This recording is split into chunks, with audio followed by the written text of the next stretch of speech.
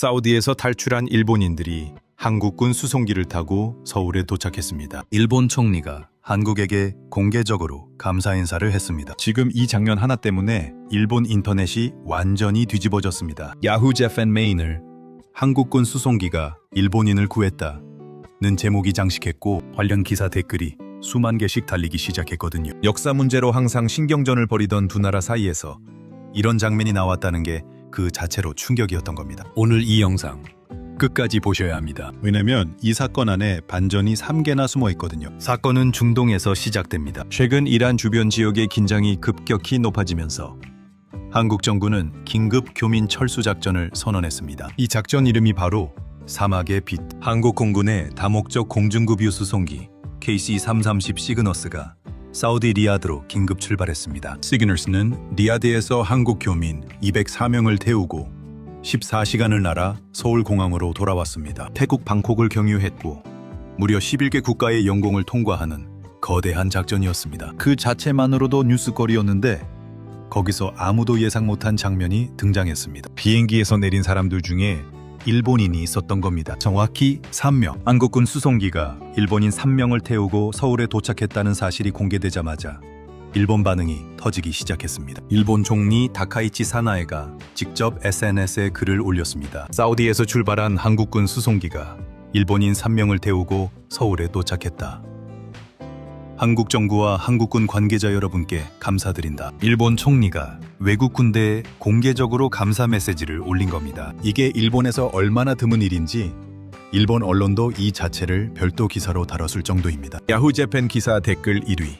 좋아요 2만 개짜리 반응을 먼저 보겠습니다. 솔직히 말해서 일본보다 한국이 훨씬 빨리 움직였다. 위기 대응 능력은 인정해야 한다. 이게 좋아요 2만 개를 받았습니다. 일본 커뮤니티에서 이 정도 공감을 받으려면 정말 많은 사람이 같은 생각을 하고 있다는 뜻이거든요. 두 번째 베스트 댓글.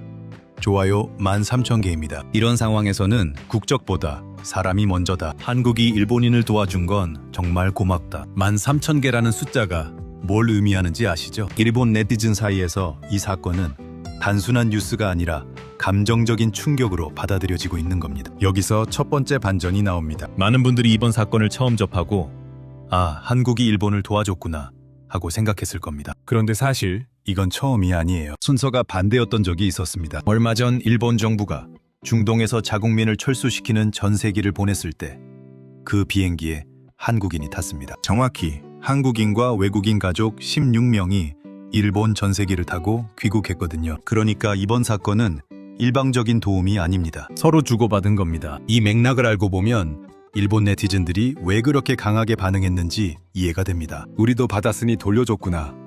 라는 감정이 동시에 작동한 거거든요. 이 사실이 알려지자 일본 댓글창에 이런 반응들이 쏟아졌습니다. 위기 상황에서는 결국 서로 도와야 한다. 정치와 국민 감정은 다르다. 평소 인터넷에서 한일 갈등 기사가 나오면 날선 반응이 쏟아지는 것과는 완전히 다른 분위기였습니다. 자, 이제 두 번째 반전입니다. 이번 사건에서 일본이 가장 충격을 받은 건 사실 인도주의적 장면이 아닙니다. 한국군의 작전 능력이었습니다. KC-330 시그너스를 모르는 분들을 위해 잠깐 설명하겠습니다. 이 수송기는 단순히 사람을 나르는 비행기가 아닙니다. 공중급유 기능이 탑재된 전략 수송기입니다. 전투기에 하늘에서 직접 연료를 주입할 수 있는 기체를 교민 철수에 투입한 거예요. 리야드에서 출발해 방콕 경유, 서울까지 14시간 논스톱 작전, 11개국의 영공 통과 허가를 실시간으로 받아가면서 진행된 작전입니다. 일본 네티즌들 반응이 바뀌기 시작한 게 바로 이 지점입니다. 한국군이 저 정도 작전을 수행할 줄은 몰랐다. 이 댓글 하나가 많은 걸 설명합니다. 일본이 한국군을 어떻게 바라봐 왔는지,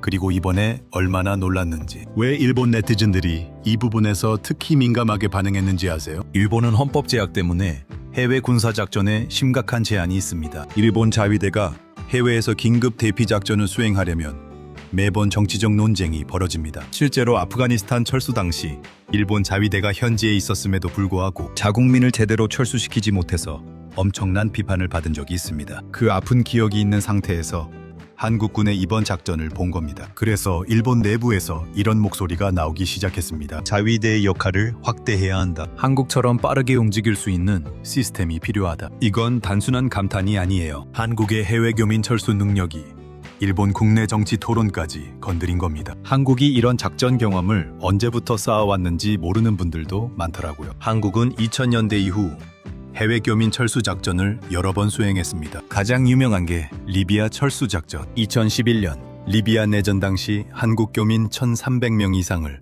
선박과 항공기로 철수시켰습니다. 그 다음이 아프가니스탄 철수 작전. 2021년 탈레반이 카불을 점령하던 그 혼란 속에서 한국군 수송기가 수백 명을 탈출시킨 작전인데, 이건 국제 언론에서도 크게 보도됐습니다. 일본 전문가들이 이 역사를 분석하면서 이런 평가를 내렸습니다. 한국은 이미 실전 경험이 많은 나라다. 그리고 중동의 건설 기업과 교민이 대규모로 진출해 있는 한국의 특성상 이런 작전 경험이 계속 축적될 수밖에 없다는 분석도 덧붙였습니다. 이제 세 번째 반전, 그리고 이게 오늘 영상에서 가장 중요한 부분입니다. 수송기를 탔던 일본인이 직접 인터뷰를 했습니다. 그 내용이 일본 뉴스에 그대로 방송됐거든요. 한국 도움으로 돌아오게 돼서 이제 안심이 된다. 식사와 여러 편의를 제공해줘 정말 감사하다. 이 짧은 인터뷰가 일본 댓글창을 다시 폭발시켰습니다. 한국군이 일본인을 챙겨줬다니 솔직히 감동이다. 정치 뉴스만 보면 싸우는 것 같지만 실제 현장은 다르다. 그리고 이 댓글이 가장 많이 공유됐습니다. 이게 진짜 이웃나라다. 이 문장 하나가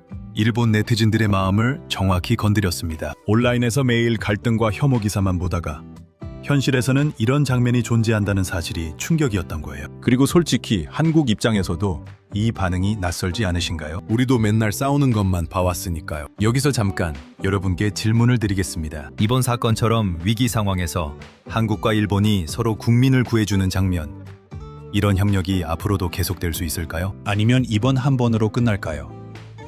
댓글로 여러분 생각 남겨주세요. 진짜로 읽습니다.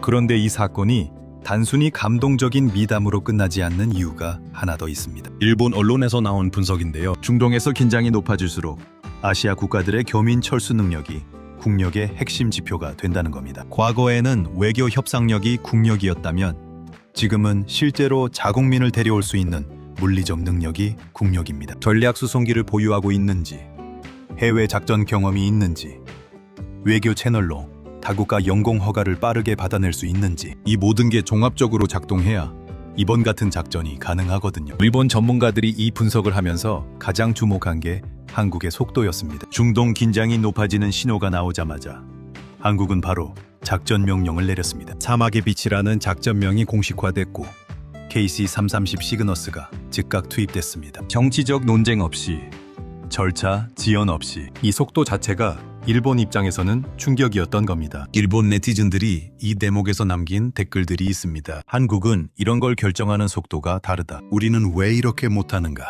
헌법을 바꿔야 한다는 말이 왜 나오는지 알겠다. 이번 사건이 일본 내부의 자위대 역할 확대 논쟁에 불을 지핀 겁니다. 단순한 뉴스 하나가 한 나라의 정치 토론 방향을 바꿔놓은 셈입니다. 그리고 이게 한국 입장에서 왜 중요한지도 생각해 볼 필요가 있습니다. 한국이 중동에서 쌓아온 교민 철수 경험과 군사작전 능력이 이제 외교적 자산이 되고 있다는 겁니다. 위기 상황에서 우방국 국민까지 도와줄 수 있는 나라로 인식되면 그게 곧 국제적 신뢰입니다. 군사력이 직접적인 무력이 아니라 인도주의적 작전 능력으로 발휘될 때 어느 나라도 반대하기 어렵거든요. 작전 이름 사막의 빛에 대해 일본 네티즌들이 남긴 반응도 흥미롭습니다. 작전 이름이 영화 같다. 한국은 이런 걸 정말 잘 만든다. 이건 단순한 칭찬이 아니에요. 브랜딩까지 신경 쓰는 한국의 소프트 파워를 인정하는 겁니다. 아프가니스탄 작전도 미라클이라는 이름이었거든요. 한국은 군사작전에도 스토리를 입힙니다. 자, 마지막으로 전체 그림을 한번 정리해 볼게요. 이번 사건을 통해 드러난 게 크게 세 가지입니다. 한국군의 해외 교민 철수 능력이 국제적으로 인정받고 있다는 것, 한일 관계가 정치 레벨과 실생활 레벨에서 완전히 다르게 작동하고 있다는 것, 그리고 위기 상황에서의 실질적인 대응 능력이 새로운 국력의 기준이 되고 있다는 것. 일본 네티즌들이 마지막으로 이런 댓글을 남겼습니다. 이런 뉴스는 싸움 기사보다 훨씬 좋다. 저도 동의합니다. 갈등 뉴스는 매일 쏟아지지만 협력의 장면은 기억에 남거든요. 그리고 이번 사막의 빛 작전은 분명히 오래 기억될 겁니다. 마지막 질문 드립니다. 한국군 수송기가 일본인을 태워 서울로 데려온 이 장면, 여러분은 어떻게 보셨나요? 한국이 이런 능력을 가지고 있다는 사실 우리 국민들도 잘 몰랐던 거 아닌가요? 그리고 앞으로 이런 한일 협력 장면이 더 많아지길 바라는지, 아니면 여전히 신중해야 한다고 생각하시는지 여러분 진짜 솔직한 의견을 댓글로 남겨주세요. 다 읽겠습니다. 이런 국제 이슈와 숨겨진 반전 이야기를 계속 보고 싶으시다면 구독과 좋아요 한 번씩 눌러주세요. 알림 설정도 해두시면 이런 영상 놓치지 않으실 수 있습니다. 다음 영상에서 더 놀라운 이야기로 찾아오겠습니다.